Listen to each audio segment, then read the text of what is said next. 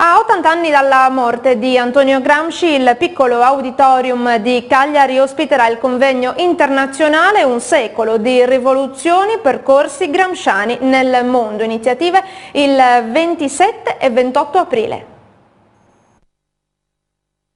Il pensiero rivoluzionario di Antonio Gramsci rivive durante un convegno internazionale che si terrà al piccolo auditorium comunale di Cagliari.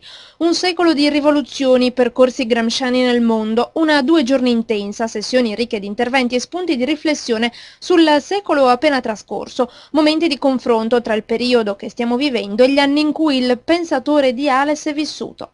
All'organizzazione del convegno hanno partecipato la Regione, il Comune di Cagliari, le 2 università sarde e le associazioni gramsciane attive nell'isola. Il 2017 è stato decretato anno gramsciano dalla Regione. Le celebrazioni, in occasione degli 80 anni dalla morte di uno degli intellettuali più studiati e tradotti al mondo, richiamano personalità di spicco dal mondo universitario e della ricerca.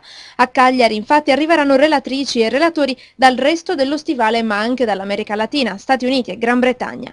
In Asia e nei paesi latinoamericani il pensiero di Antonio Gramsci ha suscitato forte interesse negli ultimi decenni e ha prodotto interpretazioni e percorsi innovativi di grande stimolo per l'impegno intellettuale e civile oltre al mondo accademico. Filosofia e pensiero politico si fondono con musica e parole negli spettacoli della compagnia Le Voci del Tempo, che andrà in scena giovedì 26.